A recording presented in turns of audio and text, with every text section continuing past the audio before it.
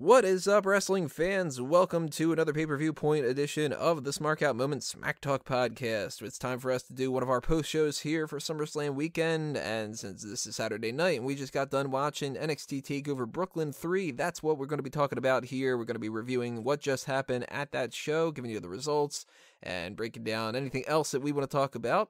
And as far as us, who those people are, well, I'm your host as always, Tony Mango, and joining me on this edition, we've got Callum Wiggins.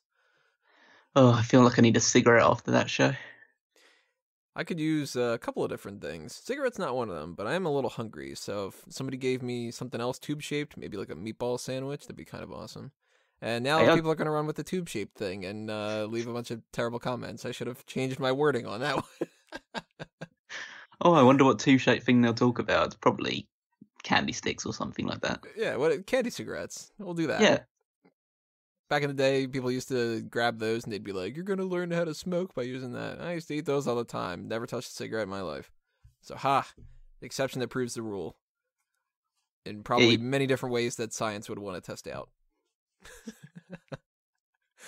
Yeah, it was a good event, though. I was going into this with a little bit of expectations of it being pretty decent, and I'm happy to say that I wasn't proven wrong when it comes to that. They had a lot of surprises. They had some that maybe I'm not too on board with, but it's sort of in that boat where it's like, well, maybe they'll kind of do something different that's really interesting. And some other surprises I thought were really cool. And really, I mean, when I did my highlights and low points breakdown for Bleach Report, I only really had 2 low points. And the first thing of which is, coincidentally, the first thing we need to talk about, the pre-show. Not a good pre-show. Yeah, it wasn't great. It wasn't particularly memorable. I do like the fact that when you talk about an NXT show, the kind of issues that you have with it are usually just little nitpicks here and there. Like, oh, they probably could have done this slightly better, or I didn't really like this thing that didn't really impact the overall value of the card. Whereas when you're talking about a WWE event, there's usually at least one thing which is just like, oh, what the fuck were they doing? And this is just completely terrible. Yeah, like we were saying before we started recording, the idea that an NXT TakeOver being good can sometimes be a really good sign for whatever that show is that's coming up next, whether it be like the Royal Rumble or SummerSlam or, you know, whatever. But a lot of the times it gives you that antsy feeling where you're like, man, the NXT show is good. And history has shown when the NXT show is good, the regular main roster one's going to suck. And I'm really nervous tomorrow night about SummerSlam. And if we talk about the little nitpicks that we have here tonight, spoiler alert, we both like the show quite a bit. Tomorrow night with SummerSlam, I got a feeling there's going to be a whole like, and another thing, what the fuck is it? You know, it's kind of nights. I mean, I'm sure that it's not going to be the case. Well, I'm sure we'll appeal to the other section of our audience that like it when we bitch and moan about stuff, whereas this side will be a bit more like, oh, this was amazing and this was really good, and so you can get this all out of the way now, all by positivity. Then we can turn into bitter fucks when we watch SummerSlam. That'll be the balance, because on this one we'll get comments of like, how come you didn't like, what are you, like, just sucking NXT's tit here, like that kind of thing. And then tomorrow night it'll be like, this is the problem, this is the problem. Oh, what, you just don't like anything, do you? Like, you can never win. If you like Marvel and you bash a DC movie, it's because you're paid off by Marvel. If you say a DC movie's good and a Marvel movie's bad, it means that you're paid off by DC. It's like, you know, there's always that kind of 50-50. Although thankfully nowadays, it's more like you can only like NXT or WWE or both. And if you don't like one of them, it's a problem, as opposed to being like TNA versus WWE, because nobody cares about GFW. No. So we don't get that at the very least, to the whole like, well, you guys are just WWE marks. It's like, no, nobody's a GFW mark. No. Well, going back to the pre-show, I think if I had to sum up this pre-show in one word, it would be awkward. There was a lot of awkward stuff. That's right. That's a good word for it, because we had Kurt Angle mispronouncing Asuka's name. Yeah, that was bad. I think that I had called her Asuka one time, back when I had no idea who the hell she was. And I know that I pronounced Shinsuke Nakamura incorrect for a good, like, couple of weeks or so, because that to me was just Shinsuke Nakamura. But he's been in the company long enough that he should know Asuka's name. You know, I think Angle's struggled a little bit on the microphone. He's mispronounced names constantly during his time as Raw General Manager. Other than that, he's doing fine, but he just can't seem to get people's names right. Thankfully, some of them that are the easier ones, he hasn't screwed up. He hasn't been like, you're going to go 1-on-1 against Seth Rollins. Or like... You'll be facing John Cena tonight. Right, yeah. Like, he hasn't gotten that bad, but it was pretty awkward to hear him just be like, I'm here to check out Asuka. And it's like, ooh, well, you're not going to sign her, aren't you? Because you don't know her name. That was a little bit weird. Bayley getting some kind of booze again. She's getting that a lot recently. I think part of me is feeling like it's just people jumping on the bandwagon of, oh, she's just this ultra white meat baby face, so we've got to boo her because they think they're cool. But another part of that is the fact that she's been booked so poorly on the main roster. I can see why people were turning on her. Now, in the comments below, everybody, make sure you let us know. Are you white meat or dark meat? Well, speaking of dark meat, Big E was also on the show. He was the best part. Yeah, he was good. He was so great, putting his feet up on there, just being like, I'm going to need a minute and stuff. And I did actually like Neville's appearance on there. That was pretty interesting. I loved it. I thought I saw some comments where I was doing the live tweeting of people saying, oh, this is really awkward, this Corey Graves and Neville interaction. But I thought he showed really good character work. He's still fitting into the mold of someone who's so bitter and angry about losing his championship. And it just works. He wasn't going to just drop that for this show, which seemingly was what Baron Corbin did. Yeah, he was a strange one. As was the whole thing with Carmella and Sasha Banks. Was a little bit weird because I kind of wanted them to sort of trash talk each other a little bit because one's babyface and one's a heel, and instead it was just kind of like, yay, sisterhood, Mae Young Classic is great, like, you know. Yeah, they were all a bit too friendly towards each other, but I think that's fine. They've got similar characters, even though one of them is like beloved by the audience and one is hated. I was going to say, and the other one's Sasha Banks, but yeah, fair enough. Lita on there. Lita's Lita. Sam Roberts is Sam Roberts. You know, nothing really special when it comes to that. But one thing with Charlie Caruso that I laughed at, which it was just a little, maybe a Freudian slip, maybe just, you know, a random botch, was she's like, now we're going to go backside here or whatever. Yeah. It's like... I really didn't like the parts where all of them started plugging at once. Like, you go from Charlie Caruso starts plugging something on the WWE Network, and then it goes to Sam Roberts, and then it goes to Lita, and then it goes to Corey Graves. It just felt a little bit, wow, this is so scripted. They've been doing that the past couple events, and it is a little strange, because it's almost like, all right, you've been queued up to say that SummerSlam is tomorrow, and you've been queued up for the Mae Young Classic bracketology, and you've been queued up to say, remember, it's $9.99 a month, and you get your free month, and whatever. And it's sort of like them doing the assembly line, and just kind of, like, none of them could have just done it on their own, you know? Yeah, I thought that's what, like, Charlie's there for, as the host. Right. All the rest of them are just analysts, so they talk about the matches, and she sells the product. And Sam Roberts can just kind of be there with a nasally sort of voice. I like Sam Roberts, by the way, but somebody pointed it out to me, and I can't unsee it. They've said Sam Roberts reminds them of Kyle's cousin from South Park. Yeah, and I'm just kind of like, oh, damn it, you just ruined him for me. So now I ruined it for all you listening. No, I saw people comparing him to Sideshow Bob's son, Gino. That's another good one. He's got the hair for it. Yeah, exactly. I do like Sam Roberts, though. If I had to pick between him and Peter Rosenberg, I like Rosenberg a little bit better. But I like how they brought those two guys into the mix as of late. Like, it's different than just having, say, I don't know, David Otunga or... Well, I like Jerry Lawler being in there, but Otunga, nah. Give me Roberts over Otunga. Yeah, it's good to have someone who's like slightly outside of the WWE family involved in that. I'm kind of wondering whether they'll actually ever end up bringing Dave Meltzer onto it or something of that ilk. Maybe, you never know. Just someone who's close enough to WWE that he'd probably be okay doing it, but just isn't actually in the fold, so he might talk a bit more candidly about stuff. Smark out moment. Just saying WWE. Yeah, get Wago on there. Just see how many like C-bombs he drops. Oh God, imagine that. Wago pops up and they're like, "So, what do you think of this match?" And he'll be like, I don't know. Fake and gay. Well, the first match of the night, one of my favorite, possibly my favorite match of the whole night, actually. Maybe. I mean, it's debatable. Johnny Gargano against Andrade, Cien, Almas. Very, very good opener, I thought. Great way to start off, just by having a lot of energy behind it and just going out there, having a kick-ass match. And I literally have no complaints, nothing to write down that I was just kind of like, oh, it was a little bit weird, or like, no, I should have done that better. I loved it from start to finish. Absolutely agree. I'd probably say this was the match of the night as well. Takeovers do seem to have a tendency of starting off really strong and then the other matches just can't follow it. But obviously, on a card with so many good matches at this one, it wasn't like standing head and shoulders above any other one. But I think for a match that had virtually no build, it delivered on every single level.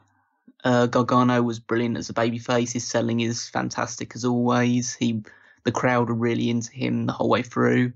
Almas is hitting his groove now as a heel. He's finally got a character that really suits him. Zelina Vega was smoking hot. Yeah, she's always good to see. Yeah, and she's proving to be an effective manager, which is better than just someone who just stands in the corner. She's actually impacting his matches and making him work harder and making him better, and provided the fitting distraction for the finish. And harking back to Gargano's connections to DIY, that's the perfect way of like keeping that feud still alive while extending this feud going forward. Yeah, because I mean, we don't know when Ciampa is going to be back, and that could be anywhere from close enough to Houston, where maybe we can get a match between those two at Houston, but we could very well not get a match until 2018 at some point. So they need to do something to kind of remember that kind of upcoming feud and just refresh our memories, and that's a good way to do it because it's something that doesn't really happen all that often. It's not, she stands up on the ropes, distracts the referee, and then somebody gets a roll-up, or she has somebody else come out to beat down on Gargano when he's on the outside of the ring, and it's not one of the ones we normally get. So that was a really nice touch. I thought that was really good. Yeah, well, yeah, it was great. I'd say Gargano looked ripped. He's been clearly putting a lot of time and effort in the gym and in the performance center, because he looked like he had a 10-pack, let alone 6-pack. I didn't actually notice that. I'm gonna have to go back and check that out. I'll just say he might get a bit more support in the Sexy Superstar tournament in the future. Yeah, that is true. If he keeps those looks. Yeah, and he did look like more defined than he has done previously. And that's a good thing, because if he keeps on this trajectory of being like a really good babyface in Peril and then a really good like underdog for the crowd to get behind, he could be pushing for the NXT title really soon. Although there's a large queue now forming, as we'll talk about later. Yeah, there's at least one major person that gets into the way of that. But again, we got a couple more matches to talk about first. But the one that followed that up with was, well, first off, Corey Graves comes out. He's the special guest commentator. I was a little bit surprised about that, since he had no connection at all to anybody in the Authors of Pain or SAnitY. Oh, I was going to mention, just before we move on to this match, the actual start of the NXT TakeOver, there was that's right. Code Orange, I think they're called, the heavy metal band that was playing at the start. What did you think of that? Waste of 5 minutes. Yeah, I liked the idea. The idea was good. It was different, and showing the video package being played, I thought the video package was well produced. I just think the band was terrible. If it would have been part of the pre-show, I wouldn't have been against it. Like the end of the pre-show, like the very end of the pre-show, just to kick it off. But I think it's worth experimenting with. It was one of the issues I had with it, but once again, it's just a small issue. Musical performances and WWE never really mixed too well. They're kind of like give or take, and actually, never mind. I was gonna say let's jump ahead, but let's keep on track here. Yeah, sure. Instead, Corey Graves comes out. He is the special guest commentator for this NXT Tag Team Championship match, and we get the Authors of Pain coming out looking like straight out of some Syrian conflict or something. That was like, all right, this is a little creepy. The way that our fucking countries, or well, my country at the very least, is acting lately and stuff. I'm like, I don't like seeing this, but it was cool. That was the thing. They looked pretty intimidating. If which this is always wouldn't good. have been like a wrestling thing where I know that this is all fake, if that would have just been like, you know, seeing that in the middle of a football game, I would have been like, oh fuck, something's going down. It could have been worse. They could have come out in like giant white hoods. Oh, geez, yeah. Well, if this was NXT Takeover Charlottesville, it'd be a different story. But I do like that because it gives them a little bit more of an edge, and they're going up against SAnitY, who's got this whole like we're crazy kind of thing. So it was sort of like, oh, we got like the militant fucking monster heels against the crazy lunatic heels, and they start the whole match off. Well, before it gets even started, they're attacking each other, so it takes a little while. And something that was pretty interesting in this that I liked quite a bit was their switch up, where Eric Young replaced Killian Dane. Because I don't think I've ever seen that before, where they said, like, yeah, he hasn't been tagged in, so he just takes his place. Yeah, it was a very original thing. I just don't get the logic behind it. Oh, yeah, I'm going to swap out for our £300 undefeated monster, and I'm going to take his place because I have a better shot of taking down these two giant superstars. The logic didn't make sense to me, but the actual idea itself of one of them swapping out and pretending that they were in the match and then another one actually getting involved instead. I'm surprised like the New Day has never done that. Yeah, now they can't, because now if they do that on like Sunday night with SummerSlam, it'll be like, you're just biting it from NXT. They thought of it first. Big E was there. We know that he watched. He's taking down notes. Yeah. I did like that, though, and another good highlight to me was Nikki Cross jumping through. Well, she didn't jump through the table with Akam, but they did the whole thing with Killian Dane tackling them, and it sort of made it to where it was like the Authors of Pain lose, but they lost because it was 4-on-2, essentially. Yeah, it's quite weird. It's a I mean, I really liked the match. I thought the match was really good. It was much better than I expected it to be. But heel on heel dynamic, it made it a little bit weird to go through. You didn't really know which side was on the baby face because SAnitY were taking advantage of the numbers, but it was the Authors of Pain that were like beating them down, and it was SAnitY that got the hot tag. So you didn't really know who you're supposed to be cheering for. So in the end, I was just kind of cheering for both of them. I thought Alexander Wolf shone in this match, which I was surprised about because I wasn't expecting him to be as active and as impressive as he was. Yeah, because he really was the linchpin for everything. Yeah, he was the one that was keeping it all together. He was the one that got the hot tag in, and he was taking down both members of the Authors of Pain. He hit this brilliant German suplex on one of the authors. Like, just getting this 300-pound guy over his head is pretty impressive. And you know what? I haven't really paid too much attention to Wolf lately because he's really like, he's the black sheep of the bunch. Yeah. And this made me pay a little bit more attention to him now. Like, I still don't think that he's like going to be the one that, if he had to pick one to go somewhere, then, you know, it's still, I'm okay with him being a tag team champion right now. And I was rooting for the Authors of Pain originally. So the fact that they were able to have a title change and the team that I liked better losing, and I'm not like salty about it, another big thumbs up. And like you said, match was good. Can't complain about the match either. Then we also had a really interesting thing at the end of this where Bobby Fish and Kyle O'Reilly pop up. They attack both tag teams. Yep. And it starts to go, all right, well, I guess we know who our next challengers are going to be. Yeah, they looked really good as well. They were very aggressive. They're both, when they've been performing in Ring of Honor and anywhere on the independent scene, they've always shown very aggressive submission-based offense, which counteracts the fact that they're quite small and quite lean. The fact that they essentially just rip and tear at any body part that they feel is exposed, and will mean that they can actually like stand on an even keel with both of these teams.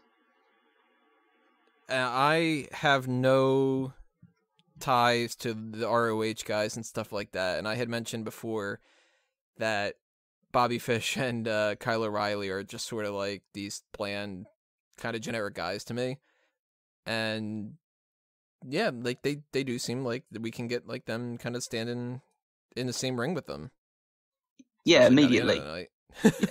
Yeah, I mean, they made an impression straight away, which is always like a good thing. You don't want somebody just appearing and not really doing much of note. They took out the two best teams on NXT right now, even though they just had a match with each other and were already beaten down.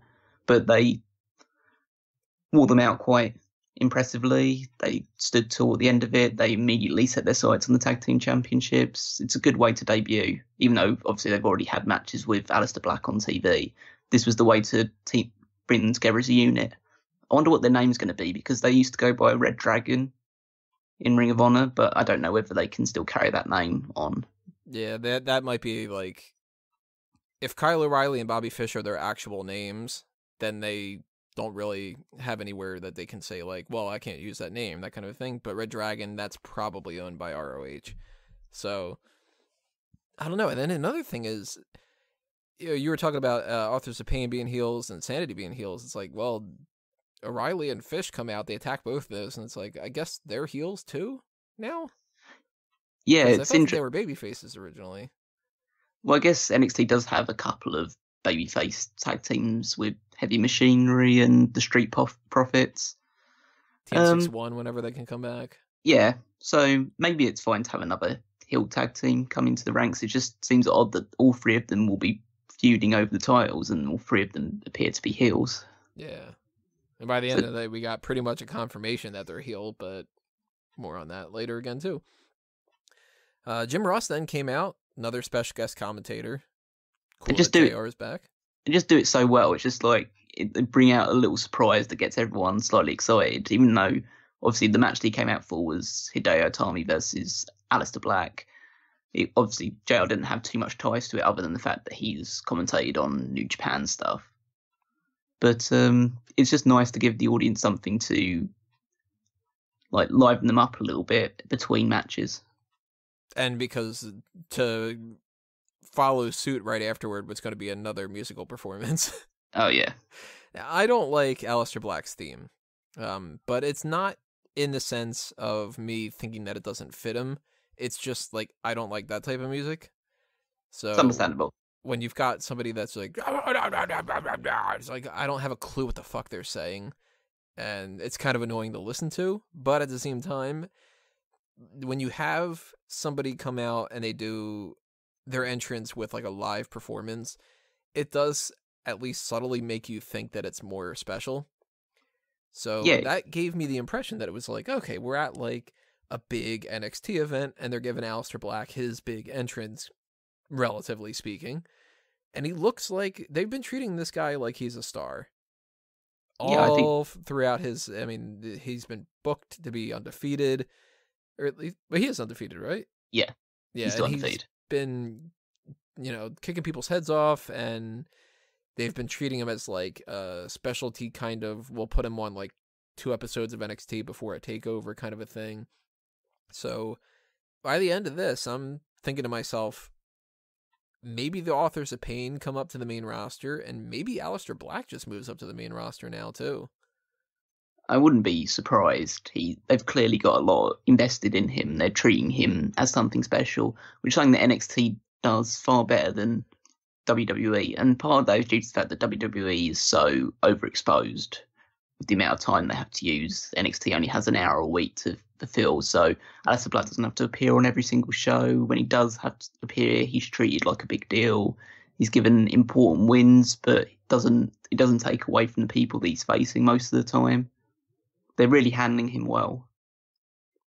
Now, do you think that he should have won this match, or do you think it should have been Hideo Itami? Because for those who don't know, Aleister Black did win. He's still undefeated. I think both of them could have benefited from the win, but I think Itami looked great in defeat still.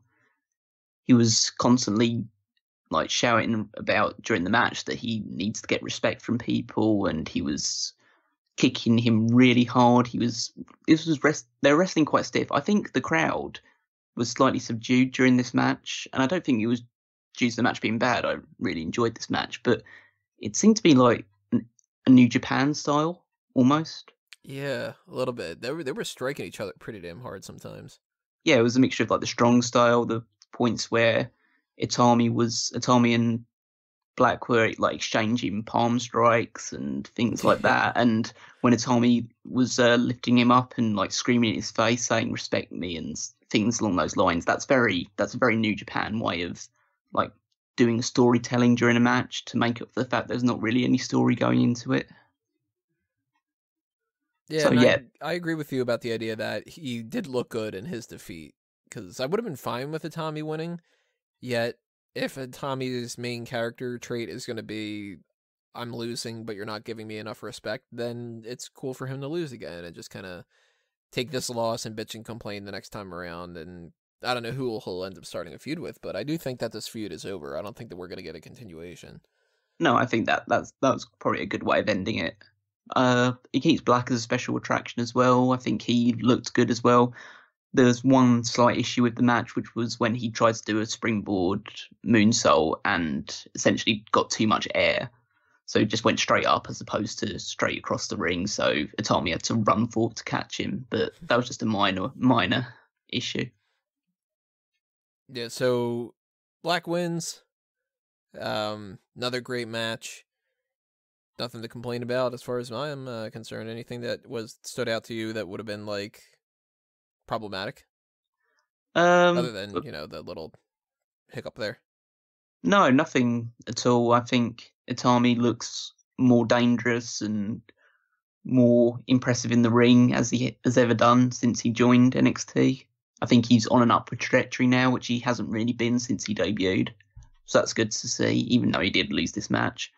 Aleister Black is still a big attraction, a big star. I think they've got really big things planned for him, whether that is debuting straight away on the main roster. But obviously at certain points they went to the crowd and saw Daniel Bryan and Kurt Angle scouting. And they were surrounded by like No Way Jose and Peyton Royce and Billy Kay. Yeah. And Roderick Strong, I think, might have been in there. Yeah. So that might give more of an indication of who they're bringing up. I don't think Strong should come up yet. I think he's still got stuff to do in NXT. Yeah. But No Way Jose, Billy though, they're on my list. I think that they're coming up. Yeah, and I think No Way Jose could fit in on the main roster as well. I think he's more of a character-based wrestler, so he doesn't need to be as polished and as good in the ring as a lot of other people in NXT. And I've always thought he's like a really good opening match act. Something along the lines of the Funkasaurus, but good. And speaking of the idea of people getting called up, we know that one person that more than likely at this point isn't going to be called up is Asuka, because she retained her NXT Women's Championship against Ember Moon. Very shocked about that. Yeah, I was surprised, but pleasantly surprised. I was rooting for Asuka the entire time. I love the fact that she's still undefeated. I love the fact that she's now pushing past 504 days as women's champion. It's an amazing run. It's approaching 2 years. I think it's past a year and a half now at that point. So that's how you build a champion. It's a anomaly in the world of WWE nowadays, and that makes her stand out. Yeah, I will say that I am sort of disappointed that Asuka retained, but I'm also reserving judgment for that because it all sort of depends. If you tell me that Asuka's going to go up against anybody that's on the NXT roster right now at Houston, I don't think any of them deserve to be the champion, and any of them are actually even like a solid enough contender. And I also sort of think that if they do end up giving this to Ember Moon, they should have given it to her here and not in Houston. I agree with that. I think there's a lot of people in NXT that aren't up to the level of Asuka, and Ember Moon is the closest thing to it. So if you were going to get Sonya Deville's not going to be ready for that, No, you can't give it to Sonya. Ruby Riot's not quite there yet. I don't think. Cross already did her stuff. Yeah, Liv Morgan already had her shot. Aaliyah's nothing right now. Well, that leads to the thought that if Asuka is staying in NXT for longer, which we presume she is because she's still the champion, that it might be the Mae Young Classic that decides her next opponent. That's the only two things I can think of. Either we get Shayna Baszler or Kairi Sane, whoever ends up winning the Mae Young Classic, whichever one that is my go-to number one contender. And Kairi Sane, yeah. I'm assuming Kairi Sane will end up winning. That would be a big one for me. I think that would be something that would get a lot of crossover appeal. And it would be kind of like the first time ever you get like two Japanese women against each other, and it's sort of like, to certain people it'll be like Asuka's fighting her clone, like, you know what I mean? Well, I think two Japanese women have fought each other in Japan before. Just say. Nah, not in Japan either. Never in the history of the universe. But or at least in the WWE universe when it comes to that. Actually, you know what? Has that ever happened in WWE? That was just a joke right then, but it might not have happened. I think they've done. There was a big Survivor Series, like 4-on-4 tag team match in the mid-90s when Alundra Blaze was women's champion. I think they drafted a lot of women in from Japan because their women's division was essentially nothing at that point. Yeah, that makes sense. They probably had them on opposite sides. And everybody was just kind of like, oh, it's Alundra Blaze's team versus the people who will lose because they're not in Alundra Blaze's team. I actually think Alundra Blaze's team lost that one. Because I think they were facing Nakano or something? I think it was Bull Nakano or Bertha Faye. It was one of those two. Bertha Faye. God, I don't remember that. Yeah, the match though itself, and speaking of option number two to me, I think is we just get Asuka coming up to the main roster and she just relinquishes the belt. Then you can do anything. I'd be fine with that option as well. I don't think I would really like that too much, but it sort of depends on. I don't know anything about Kairi Sane or Shayna Baszler, so I don't know if I really like either of them. And we know that they're the finalists of the Mae Young Classic. Spoiler alerts, they've already done it. It's been out there for weeks. Don't think I'm really going to be shocking anybody by saying that out loud now. But I don't know if I would support either of them as being champion over Asuka, so I have to reserve my judgment for that kind of a thing. But if they do have her move up to the main roster, then we could get anything for Houston. We could get Ember Moon versus Mandy Rose for all I fucking know. Yeah, I mean, I don't mind the relinquish idea. I think it's fine if you have a caliber of athlete, which is too much to the point where, okay, you need to go up to the main roster because no one on our level can beat you, but we need you to take the championship back. They did it with Paige. I don't think Paige was the right person to do it with, but they did it, and it didn't really hurt the prestige of the championship. I don't think it hurts if Asuka relinquishes it and then you have Ember Moon and Ruby Riott or something along those lines fight for the title. I don't think that. And I hope that Ruby Riott does not win that. I'd be okay with it.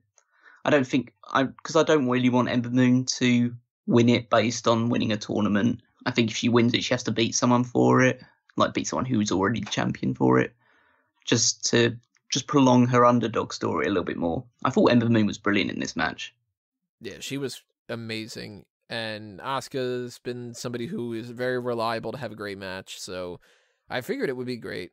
And I thought that it was going to be the match of the night. And if I'm going to say that anything beats that, it would be the Gargano and Ciampa, Gargano and Almas thing. But I do think that if you're going to say something's the match of the night as far as both quality and importance, this hands down beats Gargano and Almas.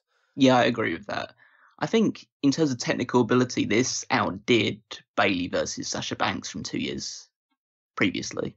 But I think there wasn't enough heat into it just due to the fact that both Banks and Bayley had long, drawn-out stories. I don't think Ember Moon's quite there yet. Asuka is, but I think the fact that Ember Moon is a little bit still quite fresh in people's anticipations of them, the fact that she's not as over as Asuka is, not on her level in terms of the kind of aura and charisma that she possesses. I think that took away from, in terms of the character work, but in terms of actual between the ropes physicality and the sort of moves and transitions they were pulling off, I think it exceeded what we've previously seen in NXT. And I think that this was better than Asuka Bayley last year.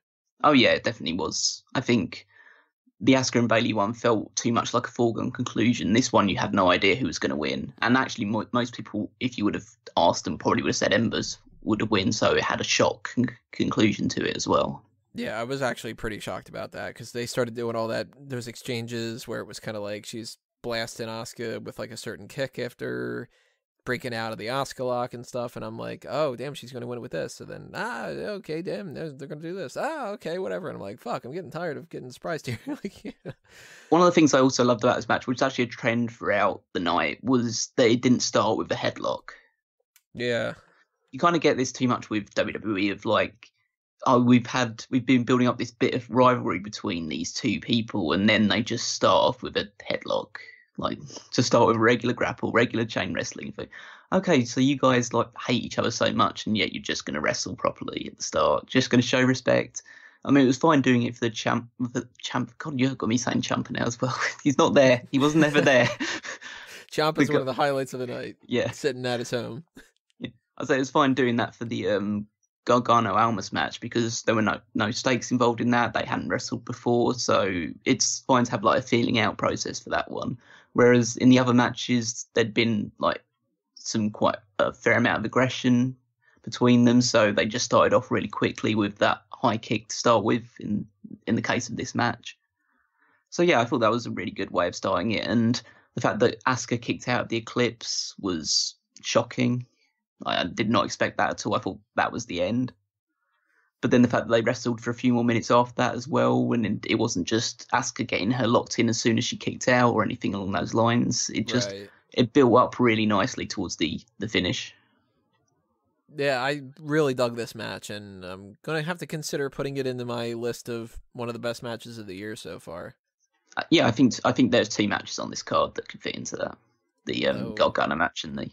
Off the top of my head, I don't know what I have listed on there, now that I'm thinking about that. Well, just speaking personally, I have Cena Styles from the Royal Rumble. I think that one might be on there too. Yeah. I have the Revival versus DIY versus the Authors of Pain from Dallas. I've got that. I've got Bate Dunn, Chicago as well. Yeah, and Reigns Strowman the ambulance match. Oh, that's a good one as well. And yeah, I think I'd also put Authors of Pain versus DIY in the ladder match as well. There's quite a lot from NXT. I only have one listed down for worst. House of Horrors match. I'm trying to think of... Oh, no, I've got... Well, it's either, for me at the moment, it's Wyatt versus Orton at WrestleMania, or it's Bayley versus Alexa Bliss at Extreme Rules. Oh, yeah, I need to write that down. Bayley versus Alexa Bliss, Extreme Rules. Yeah, that was pretty awful. I don't know why I don't have that on the list. Now I have it on the list. Okay.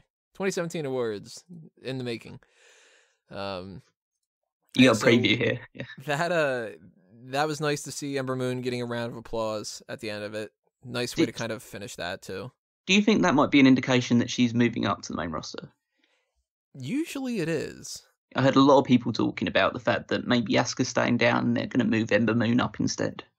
I hope that's not the case though. Well, I mean, I don't think Ember Moon's ready, and I think if they bring her up, they're going to fuck her over. Because I don't imagine they're going to bring her up to Raw or SmackDown and have her actually be able to do anything, you know? I think Peyton Royce and Billie Kay are better suited because they can actually have, like, feuds. Ember Moon's not good with promos. No, I do agree with you, but I think it would be... You could tell quite an interesting story just in my head just now, just thinking about it. If you have Ember Moon go up and then you have her go up for a few months and then she ends up winning either the Raw or SmackDown Women's Championship, depending on which show she goes on to. And then she holds it for a little while and then you have Asuka come up and beat her for it. And then you just start building up this rivalry of Asuka's the only person that can kind of is in her head and is the one that's constantly holding her back and stopping her from being the best. Yeah, like Ember Moon can go up to the main roster. She starts to get a whole lot of steam. She builds up success, and Asuka eventually comes barreling through, and she's kind of like, oh, you think you're hot shit because you're on the main roster? Well, you never fucking beat me in NXT, and now I'm here, so you're fucked. Yeah. That would be good. I'd like that.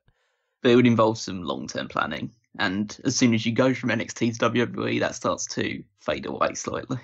And Asuka would have to start off the promo with, you're still not ready for Asuka. And it's like, oh man, that was 3 years ago. What the fuck? That kind of a thing.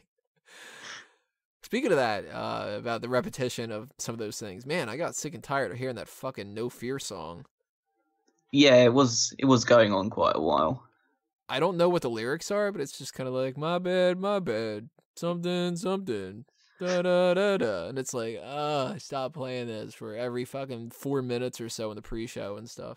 Man, not my thing. I usually like a lot of the songs that WWE puts as their like theme for the event, whatever. Like that Imagine Dragons song that they just had for Battleground or something. I'm like, oh, I like this song. I'll download that immediately. This is not one of them. Like, that's like, I'm tired of hearing that thing. Yeah, I usually put them all into some sort of playlist because I usually like these metal songs they put into it. This one was just a bit too much for me. It's not really that memorable either. Like, I think at the time I wasn't enjoying it, and now that the event's passed, I really don't remember what it was. Do you like the new NXT theme, by the way? No, I preferred the old one. Yeah, me too. I mean, this one's not bad, but I preferred the old theme. And speaking of old themes I preferred, Drew McIntyre was in the next match with Bobby Roode for the NXT Championship. There. I have my moments. Yeah, he takes the title.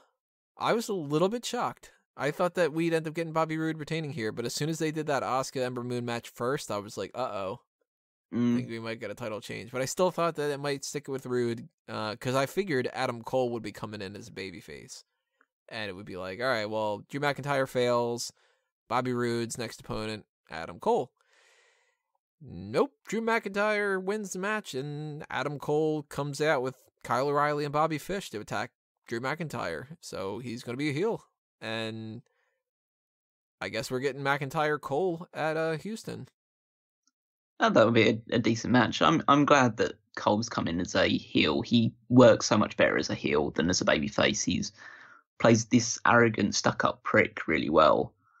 And see, I didn't know that, so that's why I thought it was just going to be like, here's our indie babyface coming in, you know? Don't get me wrong, he's not bad as a babyface, but he comes across as really cocky. He's actually quite childish as a character. Like his character, I mean, he was teaming with the Young Bucks for most of the time, so of course he's quite childish, and he pushes the envelope quite a bit with his humour. And I think it works well with this combination with Kyle O'Reilly and Bobby Fish. Him and Kyle O'Reilly used to be tag team partners before Kyle O'Reilly went with Bobby Fish. So there's a bit of like synergy there. I could imagine potentially Roderick Strong joining them as this big Ring of Honor collective. Yeah, because Strong does have real, well, pardon the pun, but real strong ties to ROH. Yeah, so you have these four all together as like this collective of people from that used to be like the biggest names in the independent scene, and they start taking over NXT. Pardon the pun, but yeah, I could see that being the storylines heading into Houston, having all of them challenging for titles. You don't really have like a Ring of Honor woman though, who's in NXT at the moment, so you couldn't really have someone going for the NXT Women's Championship. What are some of the women that are in Ring of Honor right now? I know Jessie Brooks is one because she's been working with OTW quite a bit. I'm trying to think of some that been in there recently. You have what's the name of that really, really good looking one? Something Bordeaux. Scarlett Bordeaux? Yeah, she's really hot. Yeah. So I like her. You have Kelly Klein, who I think's been kind of built as undefeated in Ring of Honor, who would be a good fit, but I've seen a few of her matches and I'm not particularly impressed. You could have Karen Q, I know her. She's been working with OTW before. And Deanna, she's worked with OTW. I've met her before. Could have Taylor Hendricks. She's not attached to any promotion at the moment, and she kind of made her name in like TNA and Ring of Honor, so she would fit. Oh, Amber O'Neill's in there. Well, she's got a connection, at the very least, with Gallows. Yeah. Oh, yeah, definitely. Manny Leon, I know that name. Well, I know that ass. I don't know some of the names, though. Hanya, the Howling Huntress. Yeah, I'm not as familiar with a lot of the Ring of Honor, because they have Women of Honor there, so I'm slowly getting more familiarized with it, but you'd probably have to ask like Jordan or Gabby to have a bit more of a lowdown. Jordan, Gabby, tell us. Tell us in the comments below. Yeah, I mean, that would be kind of cool to see some kind of a stable brought in like that, and then eventually maybe see them kind of feud with SAnitY, because you could get like Adam Cole versus Eric Young, O'Reilly and Fish against like Dane and Wolf, and then whoever the woman that they can bring in like that. then they can kind of make her be like the Nikki Cross equivalent and do like a little 4-on-4 sort of thing for a little bit. That'd be kind of cool. Yeah, Cole.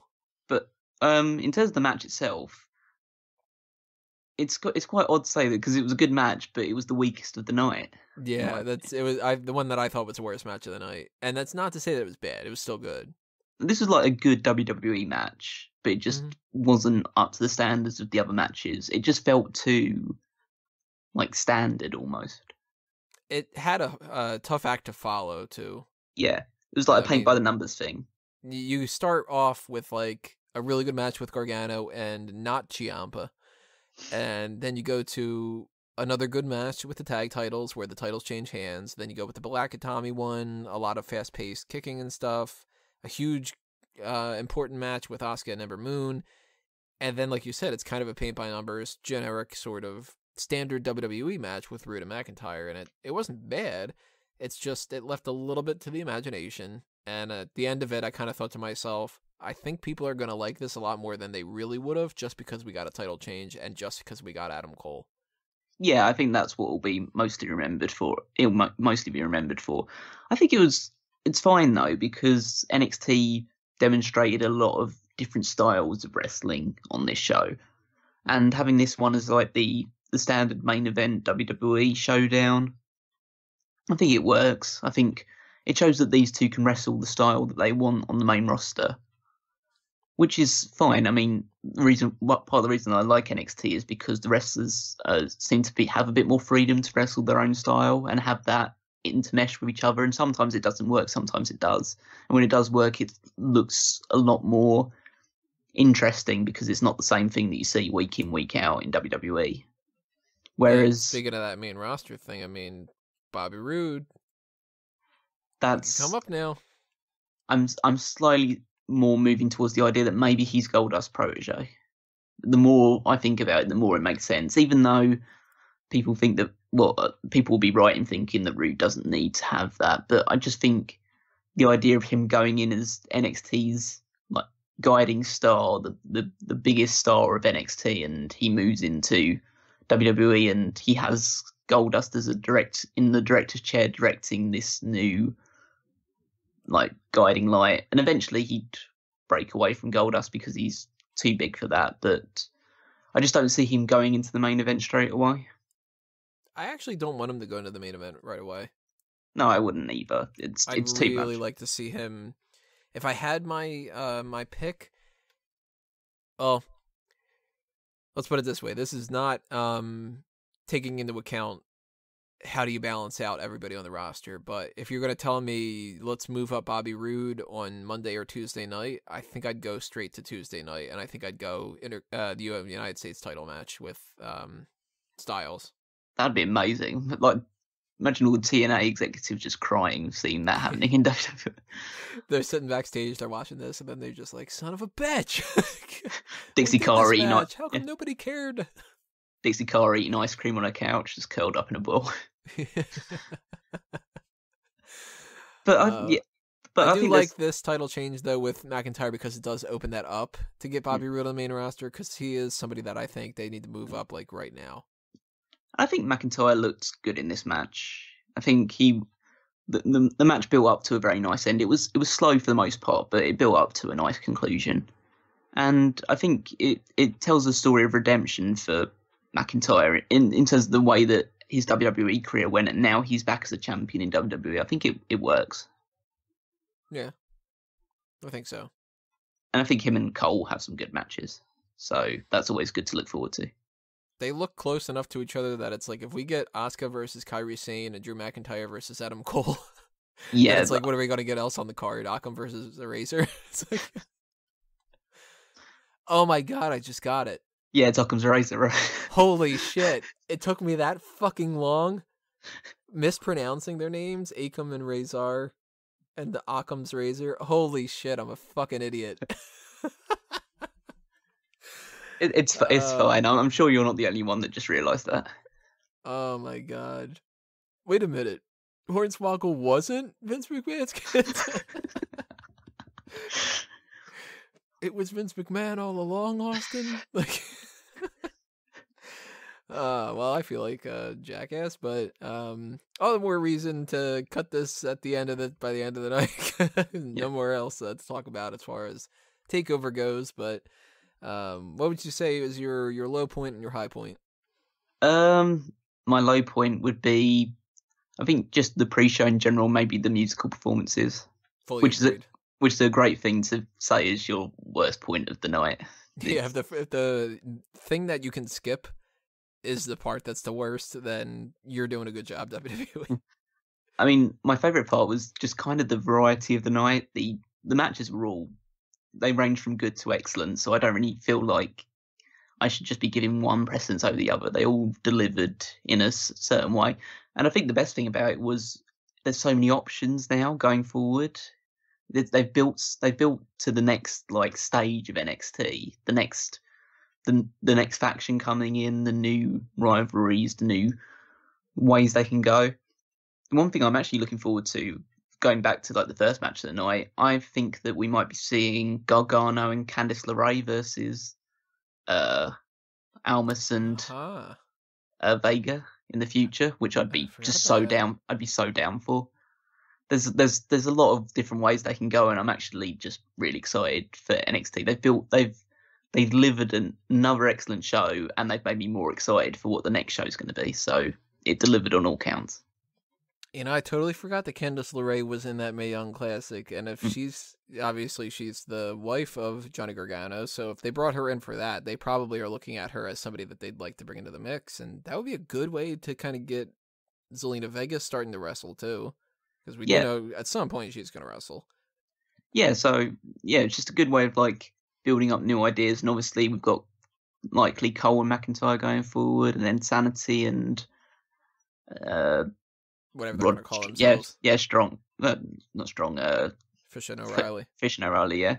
And see whether Roderick Strong gets in on the mix there. We don't know who's going to be debuting on the main roster after this point. Got Asuka still as the NXT champion, seemingly nobody able to topple her. There's a lot that we just don't know the answer to, but in a good way. Not in a case of they clearly don't know what way they're going. I think they know where they're going, but we don't know where they're going, and that's the best possible scenario. Yeah, I mean, when it comes to tomorrow night with SummerSlam, telling you guys in advance, I have a feeling I'm going to be a bitter fuck when it comes to some of those things. And when the main roster does things that either I can see it coming and it's predictable and boring, or it's unpredictable, but I'm very confused about why they would do it, my gut reaction is usually pessimistic, and it's usually like, they're going to fuck this up, and why couldn't they have just done this and whatever. But when you get an NXT TakeOver like tonight, I'm like, oh, I'm kind of surprised that the Authors of Pain lost, and I'm kind of surprised that Asuka retained, and I'm kind of surprised that Drew McIntyre won, but I'm not worried. And that's what is great about the NXT stuff. I'm sort of like, the pressure's off. It's not the most important thing as far as brands go, so they can kind of have a little bit of an off month, and it's not going to kill everything, but you get a bad month on the main roster, ugh, it's awful. So I guess you can kind of say kind of in the same boat, where it's like the highlight of the night is just surprises that don't make me feel bad. Yeah, that I think that sums it up. It's like the birthday party surprise more than, oh god, you pissed on my hand surprise or something along those lines. Yeah. I don't know what scenario it'd be in when you would be pissing on your hands, but I guess at least it would be a surprise. Because I'm not going to expect that in any normal scenario. Well, it's like when I guess this in the area would be like if you fall asleep, if you're just half asleep and you go to the bathroom and you just oh, I didn't realise I just pissed all over myself type thing. Oh, this is a bad surprise. This is SummerSlam. Oh god. Let's make it the equivalent of you got a fart and you're in public and you let one out and you go, oh man, I'm so surprised. Nobody heard it. Yeah.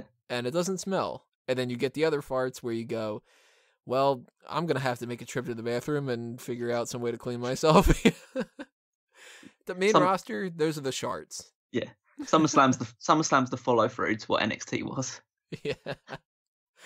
So hopefully by tomorrow night, we're coming back and we're in more jovial spirits and laughing about how we were wrong and that SummerSlam was amazing and stuff. But If not, at least you got NXT TakeOver, where we were giving it all pretty much just a big thumbs up. And it'll be interesting to see where they go going forward with all these different people, whether it's the people that looked like they were going to be coming up to the main roster, or people like Asuka, whoever she is. Yeah. And Charlie Caruso's backside and everything else that we got. Anything else you want to talk about? I'm just looking forward to SummerSlam, even though I have reservations about it and I know the build hasn't been bad. I want SummerSlam to be good. I desperately want SummerSlam to be good because I'm going to be sitting in front of it for 6 hours, and if it isn't good, then I'm going to be even more salty than usual. And it's not a case like, oh, I was looking forward to NXT and it was good, and I'm like wishing for SummerSlam to be bad, even though we kind of expect it to be not as good. We still want it to be better. Right. So I'm hoping that it delivers, and there's at least like 3 or 4 matches on the SummerSlam card that I really think could outshine anything that NXT did tonight, even though NXT was fantastic. Here's hoping. So everybody, make sure you leave your comments below. Tell us what you thought about NXT TakeOver Brooklyn 3, whether you agree or you disagree with us. Keep it civil. And make sure you hit that subscribe button if you haven't done that already. Make sure you also ring that bell and check off that you want those notifications so you can get the updates of when we do post our post show for SummerSlam 2017, which will be in roughly about 24 hours since when I'm recording this right now. This, of course, is going to take a little bit of time to upload and stuff, so don't look at your clock and go by that. It'll be slightly later. SummerSlam won't even be over by this point. Maybe not. I mean, it's 11:41 at the moment right now, and they do have a little bit of an overrun every once in a while. So it depends. When you start seeing messages from me that say, "Motherfucker, Brock Lesnar retained," then you'll know that it's probably the end of the night. But anything as far as plugs go that you want to say? Oh, you can find me on Twitter at Weekmeister14. I was live tweeting NXT TakeOver tonight for Smark Out Moment. I'll be doing the same for SummerSlam tomorrow. And you can check out all the articles on smarkoutmoment.com that we've got going out during this weekend and throughout the week. So check it out. Yeah, definitely hit up Callum when he's doing that. It's at Smark Out Moment. Follow us on Facebook and Twitter, both at Smark Out Moment.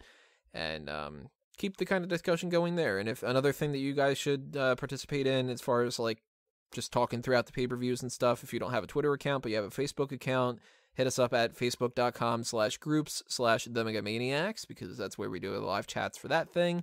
And you can also leave comments on the live running results for what's the name of the pay-per-view? SummerSlam, that's what it is. For some reason, I was just going to call it Survivor Series. It's Summer Shot. It's close enough. It's Summerfest. So smarkoutmoment.com, you'll find everything that you need to find, and that's it for this edition. So thanks for listening, everybody. This has been another Smark Out Moment, and we're being counted out.